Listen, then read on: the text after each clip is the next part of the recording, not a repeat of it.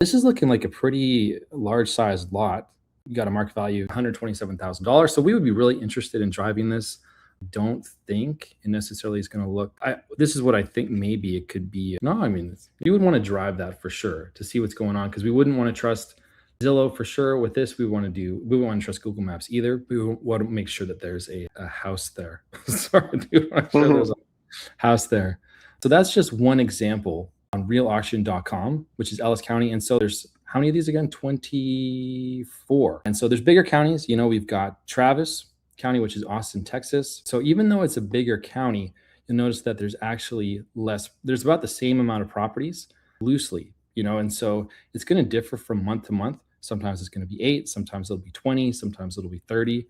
And so, no, that's one of the reasons we like going to Houston so much, is that consistently there's hundreds of properties that come each month that are there. So that's one of the big reasons that keeps us going back. But you'll find other counties too, like Nueces. Nueces is not a large county, and they will generally also have a pretty good amount. So they've got 30. So smaller than Travis, but they have more properties. And you've got all kinds of variety here. So we've got like 45 grand on 79. So not that desirable, right? The interesting thing though is that if it's not desirable now, that doesn't mean it's a dead deal, because they do also something called resale. So if nobody buys it, let's say it's underwater, it'll come back again. But then if nobody buys it the second time, they'll start to drop the price all the way down to like $1,500.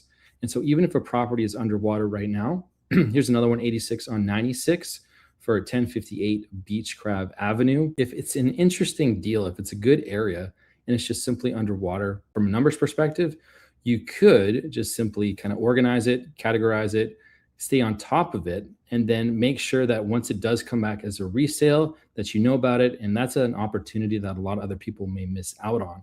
And then sometimes people too, they look at resales and they just think, okay, there's a reason that nobody wanted them, and then they don't bid. And so we've seen it go as low as $1,500. And so we've got 38 grand on 101, 22 on 112, 5 on 72. That's great. All right, I hope you enjoyed today's video, and I have a free gift for you for watching a free mini course called The ABCs of Tax Lien and Deed Investing. This is one of the best books on tax liens, and it is totally free as my gift to you for watching. In the description below, it'll walk you through tax liens from start to finish, along with the directories with all 1,500 tax lien and deed counties put here so that you don't have to go and search around the internet to find them on your own. So the other thing I have is, if you already have this book and you want to do a deep dive, my team and I have found an auction with a whole bunch of properties worth 200 to 300 grand, opening bids of just $1,600. So if you want to deep dive and attend an auction with some help, you can also schedule a free call below and we can discuss helping you in this business. Regardless, thanks for watching. You can check things out in the description below and enjoy the videos. We'll see you soon.